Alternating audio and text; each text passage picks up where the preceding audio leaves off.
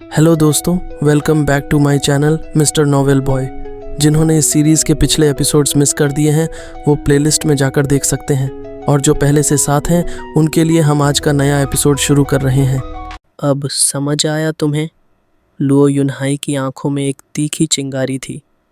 युद्ध के मैदान में जहां खून बहता है और तलवारें बोलती हैं, वहां न अच्छाई होती है न बुराई, बस जीत और हार होती है। जो उस युद्ध में उतरता है उसे पहले ही मौत के लिए तैयार रहना होता है, और इस बार हमने जीत हासिल की। भाई जुओ की न्यायपूर्ण योजना ने हमें विजय दिलाई, और कोई भी अब उन्हें पापी या दुष्ट कहने की हिम्मत न करे। अगर तुम्हें युद्ध बुरा लगता है तो सुनो, उसकी असली परिभाषा क्या होती है। एक जोरदार हाथ के इशारे से उसने नक्शा हवा में उड़ा दिया, जो मुरोंग शुए के सामने तैरने लगा। भाई जुओ की योजना के कारण युद्ध सिर्फ उत्तरी भूमि तक सीमित रहा। बाकी 3 क्षेत्रों के लोग सुरक्षित रहे। भले ही दुश्मन की सेनाएं भीतर तक घुस आईं, पर जुओ भाई की रणनीति ने उन्हें हमेशा चलता रखा। वे कहीं भी टिके नहीं, इसलिए आम लोगों पर असर नहीं पड़ा। और तुम दक्षिण की नेता, वापस जाकर देखो, क्या वहां एक भी तिनका छुआ गया था? यहाँ तक कि जब युद्ध उत्तरी भूमि की धरती पर छिड़ा, हमने अग्रिम पंक्ति संभाली। आम लोगों को नहीं छुआ गया। युद्ध खत्म हुआ और लोग उसी तरह जीते रहे जैसे पहले। यह सब भाई जुओ की योजना का नतीजा था, और यही सच्चा न्याय होता है। मुरोंगशुए के चेहरे पर हलचल हुई। वह बुदबुदाई, पर उनकी योजना में कितने लोग मारे गए? अगर वह ना होते तो शायद इतना खून खराबा नहीं होता। लुओ युनहाई ने एक लंबा सांस खींचा, फिर गरज उठा, क्या तुमने कुछ नहीं सुना? भाई जुओ ने सिर्फ उन्हीं को मारा जो इसमें शामिल थे। एक भी निर्दोष नहीं मारा गया। उसकी आंखों में आंच उठने लगी। सच कहूं तो चारों क्षेत्रों और केंद्रीय भूमि के बीच यह युद्ध सिर्फ हमारे अपने स्वार्थों का संघर्ष था। जितने भी मरे, सबने खुद के लिए युद्ध किया। असली पाप तब होता जब हम निर्दोषों को इसमें घसीटते। क्या उन्होंने हमारे अच्छे समय में कुछ पाया? क्या उन्हें हमारे बुरे वक्त का कोई मुआवजा मिला? नहीं। तो फिर हम उन्हें क्यों अपने युद्ध का हिस्सा बनाएं? फिर वह थोड़ी देर रुका और एक सवाल फेंका। सोचो, तुम एक रथ चला रही हो जिसे एक आध्यात्मिक जानवर खींच रहा है। आगे सड़क पर 6 बच्चे खेल रहे हैं और एक बच्चा पेड़ के पीछे छिपा है। अगर तुम मुड़ती हो तो वो अकेला बच्चा मर जाएगा। क्या तुम उसे कुचलोगी या उन 6 को? मुरोंगशुए की जबान लड़खड़ा गई। लुओ युनहाई ने उसकी बात काट दी। मैं बताता हूं, तुम सिर्फ गिनती देखती हो, इसलिए अकेले बच्चे की जान लेती ताकि बाकी बच जाए। लेकिन भाई जुओ ऐसा नहीं करते। वो उन 6 बच्चों को कुचलते क्योंकि गलती उनकी थी। दोषियों को दंड और निर्दोष को रक्षा, यही है न्याय। हमारी इस लड़ाई में भी यही बात लागू होती है। एक भी निर्दोष जान युद्ध में गई होती तो वही असली पाप होता। जो मरे वो सब उसी खेल के खिलाड़ी थे, और जब हर कोई अपने लिए लड़े तो किसी को शिकायत का हक नहीं। मुरोंगशुए स्तब्ध रह गई थी। उसकी जुबान जड़ हो गई थी। वो बस युनहाई को घूरती रही, जैसे किसी सच्चाई को पहली बार देखा हो। लुओ युनहाई की आंखें अब भी सख्त थीं। मैं जानता हूँ भाई जुओ कोई संत नहीं, वो एक शैतान है, पर ऐसा शैतान जिसे मैं पूरे दिल से सम्मान देता हूँ। वो कभी किसी नेक दिल को नहीं छूता। राक्षस सिर्फ राक्षसों से लड़ते हैं। मेरे लिए वो स्वर्ग का न्याय है, पापियों के लिए दंड। तो अगली बार जब तुम उसे बुरा कहने जाओ, पहले अपने न्याय और दया की समझ पर सवाल करना, क्योंकि इस दुनिया में तुम्हारे मासूम ख्यालों की कोई जगह नहीं है। मुरोंग ली ही थे जिन्होंने दूसरी बार मुंह खोला। और जहाँ तक दूसरी वजह की बात है, अब तक तो तुम लोग समझ ही गए होंगे। सोचो, युद्ध कैसे खत्म हुआ।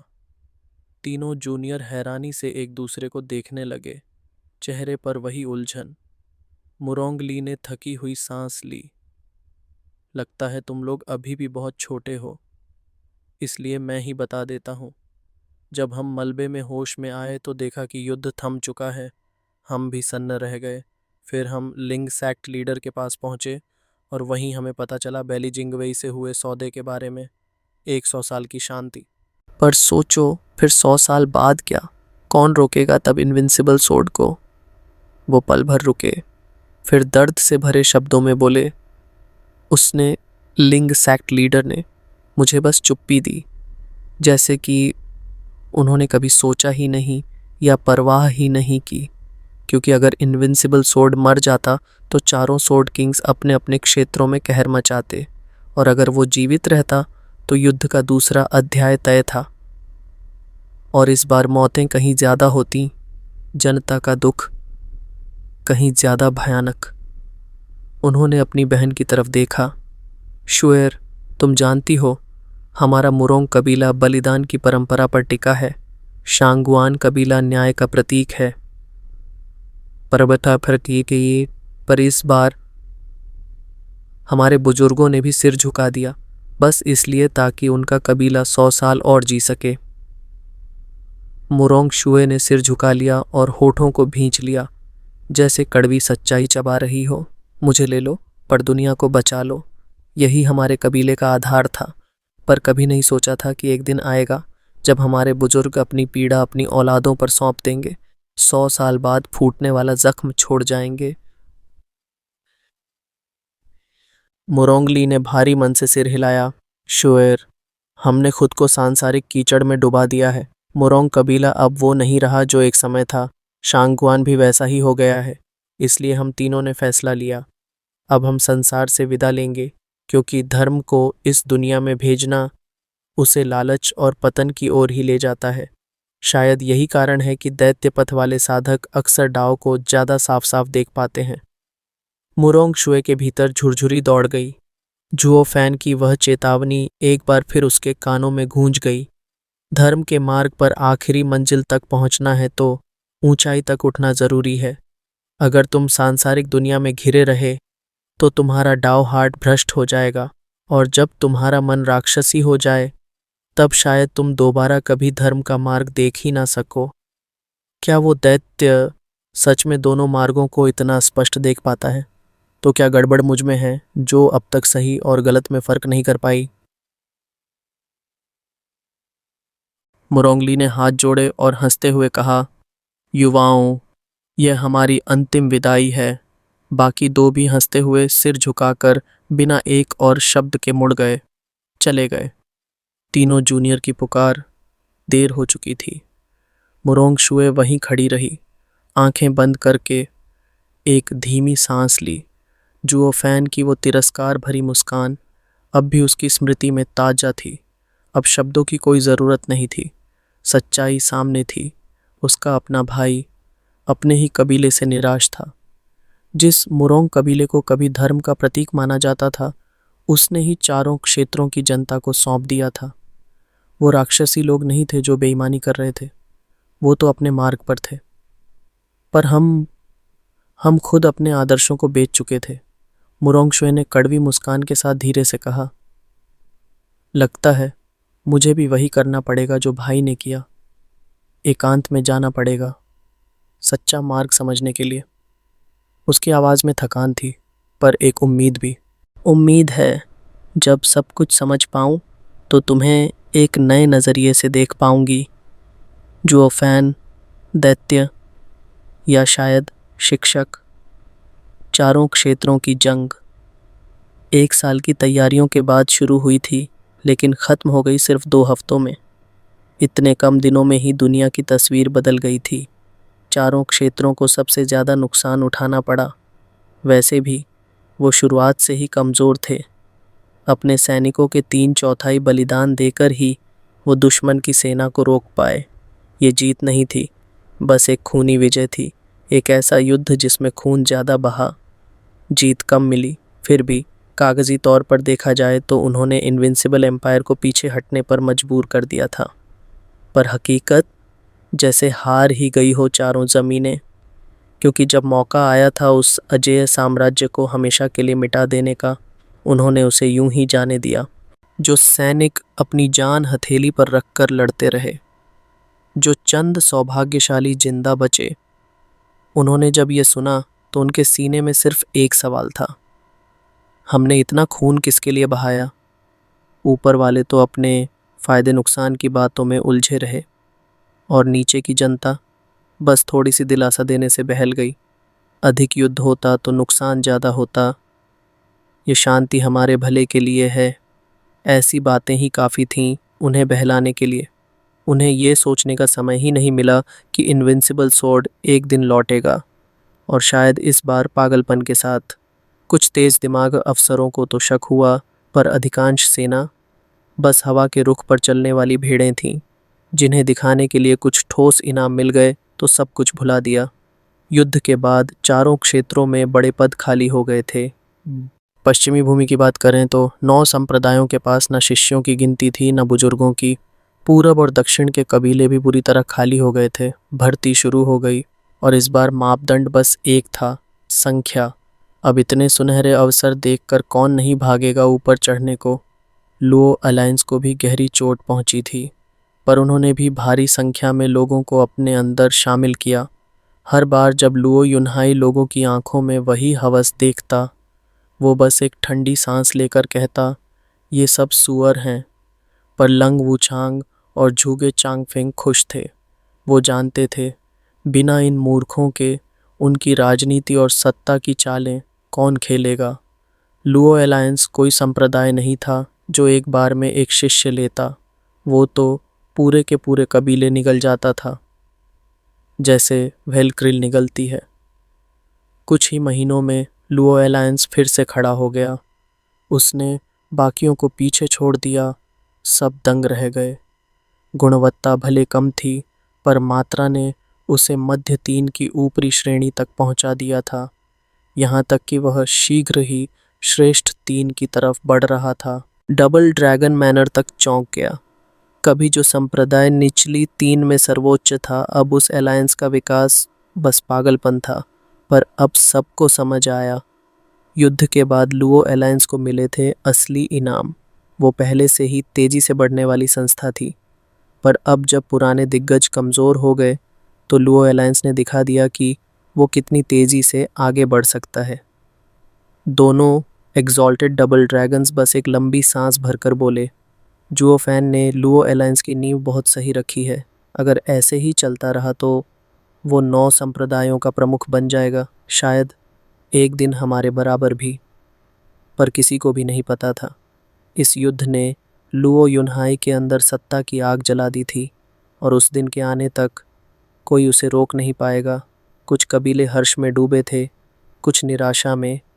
पश्चिमी भूमि जहां उफान पर थी, उत्तर, दक्षिण और पूरब की ज़मीनें खाली, बर्बाद और टूट चुकी थीं। उनके 3 प्रमुख, जिनके पास दिव्य तलवारें थीं, सी डीमन की काली धुंध में गुम हो गए थे। अब इन तीनों भूमि के लोग दहशत में थे। न इनविंसिबल स्वॉर्ड को रोक सकते थे, न 9 स्वॉर्ड किंग्स को। उत्तरी भूमि वाले ओयांग चांगकिंग के दरवाजे पर चिल्ला रहे थे। पूरब वाले शांगवान किंग यान के घर पर डेरा डाले थे। दक्षिण के बूढ़े लोग तो मुरोंग कबीले को ही बंद करके बैठ गए थे। मुरोंग ली को जाने नहीं देंगे, मरेंगे तो यहीं। पर ओयांग चांगकिंग वो शैतान की तरह खुलकर घूमा। साफ कह दिया, कुछ चाहिए तो रिश्वत दो। हर दिन उनके सामने अपने ऐशो आराम का प्रदर्शन करता, राजा बनकर घूमता, क्योंकि वो जानते थे उसे छू भी नहीं सकते। शांगवान किंगयन, वो तो बस अपने घर का दरवाज़ा बंद कर बैठ गई। मैं इतनी नीचे नहीं गिरूंगी। कबीले के 3 वृद्धों ने भी उसके पक्ष में मोर्चा संभाल लिया। थोड़ी सजा के बाद भीड़ समझ गई, यहाँ रास्ता नहीं है। सबसे बड़ा झटका मुरोंग कबीले में लगा। मुरोंगली तो गायब था ही, अब मुरोंग शुए भी लापता हो गई। अब न तलवारें थीं, न नेता। तीनों ज़मीनें इतिहास में सबसे कमज़ोर अवस्था में थीं। अंत में सबने पश्चिम से सीख ली, कम से कम संख्या तो बढ़ाओ, जितने ज़्यादा उतना अच्छा। चारों ज़मीनें ऐसे बिखरी हुई थीं, और यही मौका था केंद्रीय क्षेत्र के लिए। 9 स्वॉर्ड किंग्स की एक टुकड़ी ही काफ़ी थी चारों को रौंदने के लिए। पर बैली जिंगवेई का सौदा आड़े आ गया। उसने अपने डाओ हार्ट की कसम खाई थी कि 100 साल तक 4 ज़मीनों में कदम नहीं रखेगा। पर बैली जिंगवेई कोई मूर्ख नहीं था।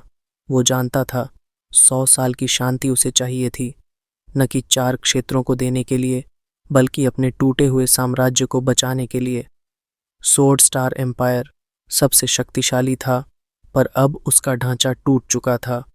अब वो बस टुकड़ों में बिखरा हुआ नाम था।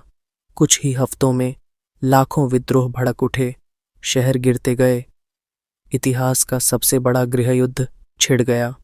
जुओ फैन ने सीरिन शोर्स ट्रेडिंग को चुपके से उकसाया और उन्होंने मौका मिलते ही पूरा साम्राज्य उल्टा कर दिया। एक ने शुरू किया, फिर दूसरे चोर ठग भी कूद पड़े। 1000 सालों तक शांत रहने वाला साम्राज्य बस कुछ दिनों में राख बन गया। बैली जिंगवेई खुद हैरान रह गया। जिस शांति को मैंने बनाए रखा उसमें इतनी दरारें थीं।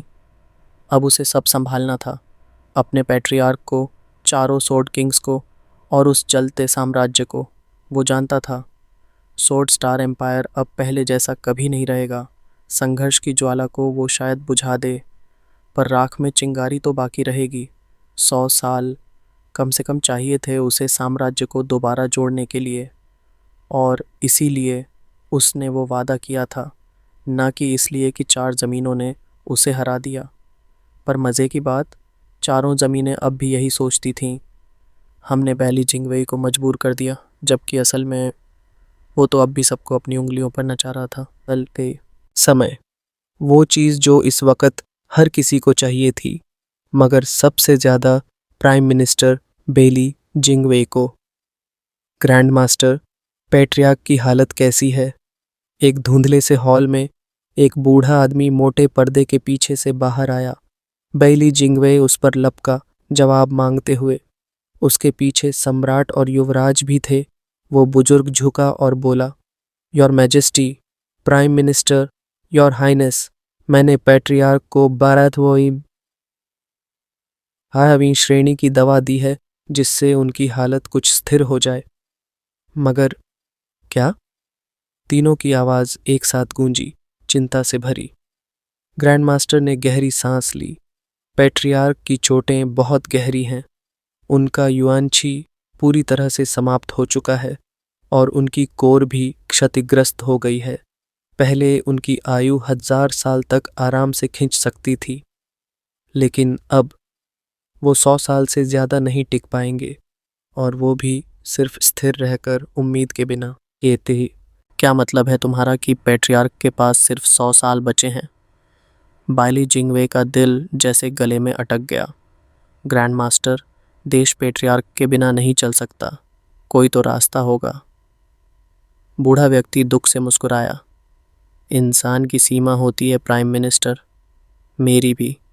जब तक क्या? बैली ने उम्मीद की आखिरी डोरी थामी।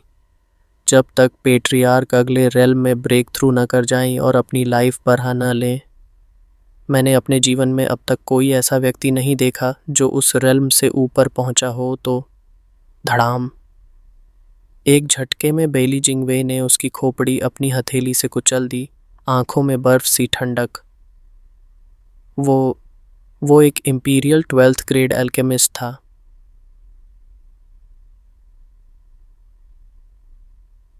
बैली जिंगशी कांप गया। पैट्रियार्क की हालत का जिक्र तक नहीं होना चाहिए। जिंगवेई की निगाहें लहू बहाते शव पर जमी थीं। योर मैजेस्टी, वो बूढ़ा बच भी जाता तो क्या कर लेता? सोचिए, अगर चारों सोर्ड किंग्स को यह पता चल जाए कि पैट्रियार्क अब पहले जैसे नहीं रहे। जिंगशी ने गहरी सोच के बाद सिर हिलाया। क्या तुमने उन्हें संभाल लिया?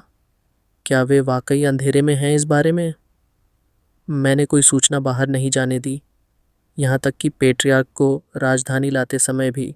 5 सोर्ड किंग्स को मैंने चुप रहने को मजबूर किया, उन्हें अलग अलग भेजा, कोई इलाज के बहाने, कोई विद्रोहों को कुचलने के नाम पर। जब तक पैट्रियार्क सत्ता में हैं वे कुछ नहीं कर पाएंगे, इसलिए पैट्रियार्क को जिंदा रहना ही होगा। बैली जिंगवेई की आवाज़ में नफरत की आग थी और इरादा लोहे सा कठोर। उधर एक उदास जंगल में धुंध सी फैली थी, हवा सन्नाटे में सरसराती हुई। वूरंदोंग खड़ा था। सामने खड़ी थी मासूम चाओएर, उसके साथ नन्हा गुसानतोंग और उनके बीच खड़ा था वो व्यक्ति जिसने दुनिया को हिला दिया था, जोफान। उसकी आंखों पर एक सफ़ेद पट्टी बंधी थी, मगर उसका हौसला, उसकी धार साफ थी।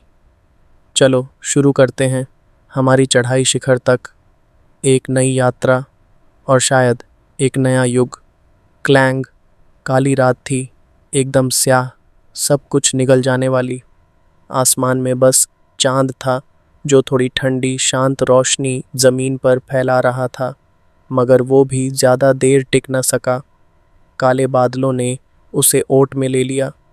एक गुफा के भीतर कुछ नंगे सीने वाले मर्द अपने स्पिरिचुअल वेपन्स से दीवार पर वार कर रहे थे, एक खास तकनीक से, ताकि रास्ता बड़ा हो जाए और इंसान उसमें से निकल सके। भाइयों, कल के बाद हम इस डरावनी जिंदगी से आज़ाद होंगे, और जोर से मारो। एक बड़ा सा आदमी जिसकी मूंछें उसकी मर्दानगी की तरह गहरी थीं, आगे सरकते हुए फुसफुसाया, मगर जोश से। बाकी सभी की आंखों में उम्मीद की रोशनी चमक उठी। हाय खुदा की कसम, आखिरकार ये काम पूरा हो गया। बॉस, आपको क्या बताऊं, जिसने हमें यहाँ भेजा था उसने तो मेरे होश उड़ा दिए थे। सब जानते हैं ये जगह कितनी खतरनाक है।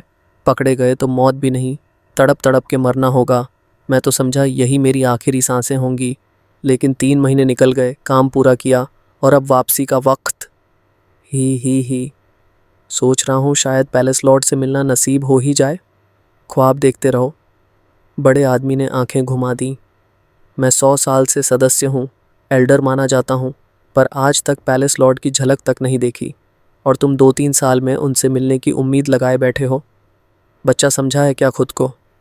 बाकी सब हंस पड़े, तंज भरी सरल मुस्कुराहटें चेहरे पर। वो आदमी सिर खुजलाते हुए फिर भी उम्मीद में बोला, पैलेस लॉर्ड कैसे हैं, कुछ पता चला आपको? कहते हैं वो बड़े रहस्यमयी और दिव्य शक्ति वाले हैं, मगर न कोई चेहरा देखा, न कोई उनकी ताकत का अंत जान पाया। मैं तो पैलेस के अंदर तक पहुंच गया था, पर मुलाकात कब होगी कौन जाने। कहना मुश्किल है, एल्डर बोला। मैंने सुना है कि कोई भी उन्हें रोक नहीं पाया जब वे भूमि पर विचरण करते हैं। एक बार मेरे पैलेस के भाई 50 जेनेसिस स्टेज योद्धाओं से घिर गए थे, और जब उन्होंने आग झपकाई तो वे सब 50 बस लहू के धब्बे बनकर ज़मीन पर फैले थे। तब उन्होंने एक आवाज़ सुनी जो उन्हें जाने का आदेश दे रही थी। पैलेस लॉर्ड की आवाज़, बस आवाज़। तभी से उनका नाम गूंजता रहा। क्या 50 जेनेसिस स्टेज को एक झटके में मार डाला? क्या वो किसी सेंट्रल रीजन के सोर्ड किंग जैसे हैं? बड़ा आदमी हंसा। Sword king? उनकी क्या बिसात है पैलेस लॉर्ड के सामने? सुना है कि पैलेस लॉर्ड के पास भी 5 ऐसे एक्सपर्ट्स हैं जो सोर्ड किंग के स्तर के हैं, पर फिर भी वो खुद सबसे शक्तिशाली हैं। ओह, लोगों ने आह भरकर कहा। कहीं ये अफवाहें तो नहीं? सोर्ड किंग से भी ज़्यादा ताकतवर? ये तो बिल्कुल इनविंसिबल सोर्ड वाली बात हो गई। इनविंसिबल सोर्ड तो 100 साल से दिखा ही नहीं, शायद मर भी चुका हो। उस युद्ध में उसकी हालत बुरी थी। एम्पायर चुप है, बस इसलिए कोई कुछ कह नहीं रहा। छोड़ो, चलो काम पूरा करते हैं। बड़े आदमी ने हाथ झटका और सब दीवार खोदने लगे। चेहरों पर अब भी सवाल तैर रहे थे। आखिर कौन है वो रहस्यमयी पैलेस लॉर्ड? क्या वो वाकई इतना ताकतवर है? तभी एक छोटा आदमी हड़बड़ाकर दौड़ा और चीख पड़ा, भागो, फ्लाइंग क्लाउड मैनर के कुत्ते आ रहे हैं। Flying cloud manner? सभी चौंक गए। मैंने पहले ही कहा था यह जगह खतरनाक है। अब जब काम पूरा होने ही वाला था, तभी हमें ढूंढ निकाला। शांगवान फेयुन खुद 10 सोर्ड किंग्स में से एक है, और उसकी क्रूरता की मिसाल नहीं मिलती। अब क्या करें? भाग। बड़े आदमी ने उसे जोरदार थप्पड़ जड़ा। बस कर, भागो, पर गुफा को सील करना मत भूलना, वरना सारा काम बर्बाद हो जाएगा। सभी ने सिर हिलाया और जल्दी से सीलिंग साइंस बनाकर उड़ चले। होश जैसे ही वो निकले, 1 दर्जन बुजुर्ग हवा चीरते हुए सामने आ गए, और उन्होंने अपनी जेनेसिस स्टेज की ऊर्जा छोड़ दी। लड़कों के होश उड़ गए। हाँ, हिम्मत तो देखो इनकी। फ्लाइंग क्लाउड मैनर की सीमा में आकर छुपते हो, अब मौत पक्की है। एक एल्डर हंसा और आगे बढ़ा। उसकी आभा 7th लेयर की थी। बड़ा आदमी आगे आया, 6th लेयर की शक्ति से गूंजते हुए बोला, भाइयों, मैं रास्ता खोलता हूँ, तुम लोग भागो। वो एल्डर की ओर झपट पड़ा। 6th layer? एल्डर हंसा। बस 1 लेयर का फ़र्क, मगर ऐसा फ़र्क जो तुम्हें मिटा देगा। बैम! दोनों की हथेलियां टकराईं। एल्डर 5 कदम पीछे हटा, बड़ा आदमी सिर्फ एक। उसके मुंह से खून बह निकला, फिर भी उसने मौके का फायदा उठाया और एल्डर की छाती पर प्रहार कर दिया। ब्रदर ले, लड़कों ने खुशी से चिल्लाया। फिर उनकी चीख घुट गई जब उन्होंने ब्रदर ले को खून की उल्टी करते देखा। एल्डर ने गुस्से में दांत भींचे। हिम्मत तो देखो, मेरी पूरी शक्ति झेलकर पलटवार किया, पर इसने खुद को मुझसे ज्यादा नुकसान पहुंचाया। मूर्ख। हे, मूर्ख कौन है ये तो अब पता चलेगा। ब्रदर ले ने खून भरे होठों से मुस्कुराते हुए चिल्लाया, भाइयों भागो, मैं रास्ता साफ करता हूं। लड़के हिल गए, पर हौसला बांधा और चिल्लाए, ब्रदर ले, तुम्हारी कुर्बानी बेकार नहीं जाएगी, रोक लो इन्हें, एल्डर ने गरजते हुए कहा, और बाकी एल्डर चारों ओर फैल गए। ब्रदर ले फिर से उनके सामने आ गया। मेरे भाइयों तक पहुंचने से पहले तुम्हें मुझसे गुजरना होगा। ठीक यही सोच है हमारी भी। बाकी एल्डर्स मुस्कुराए। ब्रदर ले ने ऊर्जा एकत्र की। एल्डर चिल्लाया, वो खुद को उड़ा रहा है, बिखर जाओ। सभी एल्डर पीछे हट गए। ब्रदर ले, लड़के चिल्लाए, पर उसने हंसकर कहा, मैं पैलेस का एल्डर हूं, कोई मुझे नीचा नहीं दिखा सकता। उसकी वीरता ने सबको झकझोर दिया। तभी, किस पैलेस की बात कर रहा है तू? एक आवाज आई और उसके साथ ही एक मध्यवय व्यक्ति सामने आया। उसकी आंखें जहर सी तीखी थीं। फूट पड़ो या मत, मुझे कोई फर्क नहीं पड़ता, ये कुछ नहीं बिगाड़ सकता, और सुन, इससे तुम्हारे साथियों की जान नहीं बचेगी। ब्रदर ले की आंखें फैल गईं। उसकी ऊर्जा रुक गई। सोर्ड किंग फेयुन, अब कोई धमाका नहीं? शंगवान फेयुन हंसा, हाथ उठाया। उसमें गगनभेदी ऊर्जा इकट्ठा हो गई। तो चलो, मैं ही भेज देता हूं तुम्हें। इतने शिकार हैं तो कुछ को अभी मिटा ही देते हैं। हाँ हाँ हाँ। वो भयानक हथेली सीधा उसके सिर की ओर बढ़ रही थी। वो बड़ा आदमी कांप उठा, दिल जोरों से धड़कने लगा और उसके साथियों की सांसें रुक गईं। भाई ली, हुश! एक लाल चमक की लहर हवा चीरती हुई आई और उस हमला करती हथेली से टकरा गई। बूम! धमाके की गूंज हर दिशा में फैल गई, इतने जोर से कि दूर भाग रहे भगोड़े और जेनेसिस रेल्म के विशेषज्ञ भी उखड़ गए। यहाँ तक कि शांगवान फेयुन खुद 100 मीटर दूर जा गिरा। वो चौंक कर चिल्लाया, ये कौन था? नाम बताओ अपना। हाँ हाँ हाँ हाँ, सोर्ड किंग फेयुन। मुझे इतनी जल्दी भूल गए क्या? करीब 17 साल का एक युवक सामने आया। आंखों में तेजी थी, होठों पर शैतानी मुस्कान। उसकी कमर पर एक लाल जानवर के सिर का निशान था, महल का प्रतीक। बड़े आदमी की आंखें फटी रह गईं। तो तुम महल के 5 आर्ट्स किंग्स में से बीस्ट किंग? मैं ही हूँ सीनियर। हे। युवक ने आंख मारी। सारे लोग भौचक्के रह गए। उन्हें यकीन ही नहीं हो रहा था कि उनका बीस्ट किंग इतना युवा और इतना ताकतवर हो सकता है। उसने सच में सोर्ड किंग शांगवान फेयुन को उड़ाकर फेंक दिया। क्या ये सोर्ड किंग लेवल की ताकत है, तो क्या हमारे पैलेस लॉर्ड उससे भी ऊपर हैं? क्या वो अफवाहें सच थीं? क्या पैलेस लॉर्ड सच में इनविंसिबल स्वॉर्ड के बराबर हैं? उनके दिलों में उम्मीद की रोशनी चमकने लगी। वो जरा भी उन्हें अपनी नजरों से ओझल नहीं होने दे रहा था। शांगवान फेयुन की आंखों में खून की प्यास चमक रही थी, लेकिन अभी की वो लात। उसने साफ बता दिया कि सामने वाला कोई मामूली नहीं, खुद उसके ही स्तर का है। उसने 2 उंगलियां फैलाईं और उनके सिरों पर तलवार सी ऊर्जा इकट्ठा करने लगा, इतनी तेज कि आकाश तक में बिजली की गर्जना होने लगी। अब वो सच में गंभीर हो गया था। तू कोई भी हो, लेकिन मुझे आंख दिखाने की हिम्मत की है तो मौत के सिवा कुछ नहीं मिलेगा। भगोड़े कांप उठे। जब एक सोर्ड किंग स्तर का योद्धा सच में लड़ाई पर उतारू हो जाए तो उसके सिर्फ ऑरा से ही वो धूल बन जाते हैं। हाँ, कमाल का एटीट्यूड है तेरा, सॉर्ड किंग फेयुन। पहले शायद तेरे दिखावे में आ भी जाता, लेकिन अब मैं बच्चा नहीं रहा। इस लड़ाई का नतीजा अभी तय नहीं है। वो युवक मुस्कुराया और उसके हाथों की हड्डियां चटकने लगीं, जैसे उसके भीतर कोई दरिंदा जाग उठा हो। उसकी मुट्ठियां सुर्ख लाल आभा से चमकने लगीं। शांगवान फेयुन की भौहें सिकुड़ी। हम पहले मिले हैं क्या? याद क्यों नहीं आ रहा? तू है कौन? हम्फ, लगता है बूढ़ा हो गया है तू। क्या वो दिन भूल गया जब तूने मुझे जख्मी किया था और दुश्मनी की नींव रख दी? मैंने जितनों को मारा है गिनती नहीं, जिनको घायल किया उन्हें याद रखता हूँ, लेकिन तुझे नहीं जानता। क्या तू मुर्दों के नीचे से रेंग कर बच निकला था? ही, बिल्कुल सही पकड़ा। मौत के मुंह से घिसटते हुए आया हूं तुझसे हिसाब बराबर करने। युवक ने हाथ बढ़ाकर बड़े आदमी को भगोड़ों की ओर फेंका। जाओ, अब ये मेरी लड़ाई है। स्वॉर्ड किंग और मेरी पुरानी दुश्मनी का हिसाब बाकी है। इतनी जल्दी? ऐसा सोच भी मत, तुम सब यहीं मरोगे। शांगवान फेयुन दहाड़ा और जो ऊर्जा उसने जमा की थी वो छोड़ दी। कोई नहीं रोक सकता मेरी सोरिंग सोर्ड आर्ट को। बूम! हजारों बिजली की गड़गड़ाहटों के साथ आकाश से तलवारों की बौछार बरसने लगी, जैसे प्रलय उतर आई हो।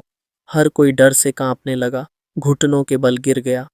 युवक की लाल आभा एक दैत्य जैसी दहाड़ के साथ फटी और उसकी लोहा सी मुट्ठी आकाश की ओर उठी। लाल आभा एक प्राचीन रहस्यमय जानवर का रूप लेने लगी और वो आभा आसमान छूने लगी। बूम! घूंसा तलवार लहर से टकराया और पूरा स्पेस कांप उठा, जैसे पूरा संसार अभी मिट जाएगा। चारों ओर सिर्फ धूल का तूफान रह गया। भगोड़ों और जेनेसिस रियल्म के विशेषज्ञों को इतने जबरदस्त झटके में खून की उल्टी हुई। वो पहले से ही टूटे हुए थे, अब तो बस किसी तरह सांसें चल रही थीं। सौभाग्यवश झटका आगे नहीं फैला और धूल की चादर गिर पड़ी। चांद ने जब युद्ध भूमि पर अपनी चांदनी डाली तो सब सन्न रह गए। शांगगुआन फेयुन और युवक उसी जगह खड़े थे। एक खरोंच तक नहीं आई थी।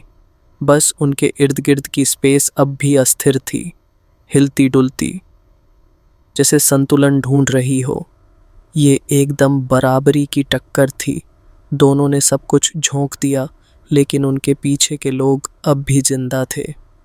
पर सबसे ज्यादा जख्मी वो ही लोग हुए थे। अब उनकी आंखें डर से फैल गई थीं, सांसें रुक रही थीं। इन दोनों की ताकत पागलपन की हद तक थी। इनके सामने बाकी सब सिर्फ बैकग्राउंड सीनरी थे, नज़र न लगने वाले, नाकाबिले गौर। अगर दोनों में से किसी ने ज़रा सी भी ज़्यादा ताकत दिखाई होती तो बाकी सब मिट्टी में मिल जाते। जेनेसिस के विशेषज्ञ अब इतनी दहशत में थे कि आंखें बाहर आने को थीं। उन्हें तो ये भी समझ नहीं आ रहा था कि ये लोग हैं कौन और उन्होंने ऐसी जगह पर हमला क्यों किया जहां स्वॉर्ड किंग जैसे लोगों का मुकाबला मिल सकता है। अब किसी को पकड़ने का सवाल ही नहीं उठता था। जब तक ये युवा लड़ाका मौजूद है, सवाल पूछना तो दूर की बात है। शांगवान फेयुन खुद भी हैरान था, माथे पर पसीना और दिल भारी। उसने सालों तक उस रहस्यमयी गुट की छानबीन की थी और आज पहली बार वो उसके सामने थे। लेकिन उसने कभी नहीं सोचा था कि वे ऐसा कोई भेजेंगे, इतना ताकतवर और इतना युवा। उसकी रीढ़ में सिहरन दौड़ गई। युवक मुस्कुराया। शांगवान फेयुन, 100 साल बीत गए, लेकिन तू वहीं का वहीं खड़ा है। मैंने खुद इस इलाके की जिम्मेदारी ली थी ताकि तुझसे टकरा सकूं, लेकिन अब देख, ये तो मेरी सोच से भी आसान निकला। हाँ। उसने पीछे मुड़कर भगोड़ों की ओर देखा। मैंने कहा था ना, निकल लो यहां से। मैं और स्वॉर्ड किंग की लड़ाई जारी रहेगी और तुम सिर्फ मारे जाओगे। अरे! लोग एकदम चौंके, फिर झुक झुक कर सिर हिलाते हुए भागने लगे। तुम कहीं नहीं जा रहे। शांगवान फेयुन चीखा और पीछा करने दौड़ा। बाम! युवक फिर सामने आ गया, एक लात से रोक दिया। स्वॉर्ड किंग फेयुन, तुम्हारा प्रतिद्वंद्वी मैं हूं। हे। युवक ने चिढ़ाया। शांगवान फेयुन बौखला उठा, और भी तब जब उसे समझ आ गया कि वह युवक उसका बराबरी का है और इसलिए कुछ कर भी नहीं सकता। जो बुजुर्ग उसके साथ आए थे उन्होंने भगोड़ों का पीछा करने की सोची, लेकिन युवक की एक नज़र ने ही उन्हें रोक दिया। एक स्वॉर्ड किंग अपनी उंगली से उनकी जान ले सकता था। शांगवान फेयुन खामोश था, उसकी आंखें लाल और दिल में आग। भगोड़े उसके सामने से भाग रहे थे और वो कुछ कर नहीं पा रहा था। उसने गुस्से में दहाड़ते हुए फिर तलवार लहरों की बारिश शुरू कर दी। बैंग जमीन हजारों मील तक कांपने लगी उस भारी बारिश जैसी तलवार वार से। भगोड़ों ने पीछे मुड़कर देखा और जो उन्होंने देखा उससे उनकी आंखों में श्रद्धा भर आई। भाई ली, हम महल में शामिल होकर सही ही आए। हमारी ताकत हमारी सोच से भी आगे निकल गई। एक की आंखों से आंसू आ गए और गर्व से कहा, अगर आर्ट्स किंग्स की ताकत ऐसी है तो सोचो पैलेस लॉर्ड कितने महान होंगे। लोगों का उत्साह और उम्मीद आसमान छूने लगी। बैंगा भाई ली ने सबके सिर पर एक एक झापड़ मारा, होंठों से खून पोंछते हुए गालियां दी। सपने देखना बंद करो, पैलेस लॉर्ड कोई तुम लोगों के कहने पर प्रकट नहीं होंगे। मैं खुद एल्डर हूँ आज तक उन्हें देखा नहीं। अगर कभी देखा तो वो मुझे देखेंगे, तुम लोगों को नहीं। अरे हाँ, भाईली की बात सही है, हाँ हाँ हाँ। सब हंस दिए जैसे उम्मीदों से भरी नई सुबह ने उन्हें छू लिया हो। भाईली, वो अफवाह सुनी है जो पूरी दुनिया में फैल रही है। मैंने पहले तो मजाक समझा था, लेकिन अब सोचता हूं तो। भाईली चौंका, फिर उसकी आंखें फैल गईं और वो जोर जोर से हंसने लगा। भाइयों, पैलेस लॉर्ड के साथ तो सिर्फ ग्लोरी ही मिलेगा, हाँ हाँ हाँ। बांग पीछे से अब भी जमीन कांप रही थी। युवक और शांगवान फेयुन अब तक सैकड़ों बार टकरा चुके थे। दोनों ही हाँफ रहे थे, लेकिन निगाहें अब भी एक दूसरे पर जमी थीं, जलती हुई अडिग। सूरज की पहली किरण जब धरती पर पड़ी तो युवक ने अंदाजा लगाया कि भगोड़े अब तक काफी दूर निकल चुके होंगे। वह मुस्कराया और हल्के हाथ से विदा ली। शांगवान फेयुन, यहीं तक रखते हैं, अगली बार फिर भिड़ते हैं, बाय। हा हा हा। फिर वो युवक लाल आभा में बदल गया और आसमान की ओर उड़ गया।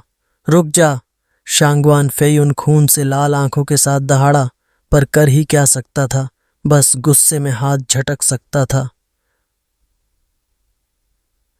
आखिर ये रहस्यमयी गुट आया कहां से? रिपोर्ट। एक तेज आवाज आई और एक हवेली का सैनिक झुकता हुआ सामने आया, हाथ में एक जेड स्लिप पकड़े हुए। सॉर्ड किंग सर, प्रधानमंत्री ने आदेश दिया है, 10 सॉर्ड किंग्स को राजधानी बुलाया गया है। हर प्रांत में उभरते डेविल पैलेस को लेकर चर्चा होगी। Devil palace? शांगवान फेयुन की भौहें सिकुड़ गईं। उसकी नजर अब भी उस दिशा में थी जहां से युवक गया था। एक और डेविल पैलेस प्रकट हुआ? ये चीज आखिर है क्या?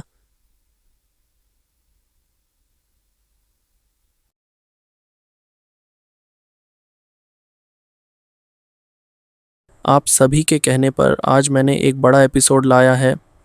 अब आपकी बारी है मेरा साथ देने की। जो लोग बुक ऑफ स्पीयर मनहवा एक्सप्लेन कर रहे हैं, कृपया मेरे चैनल का नाम वहां मेंशन कर दें, इससे मुझे बहुत मदद मिलेगी। उम्मीद है कि आप मेरी रिक्वेस्ट का ध्यान रखेंगे।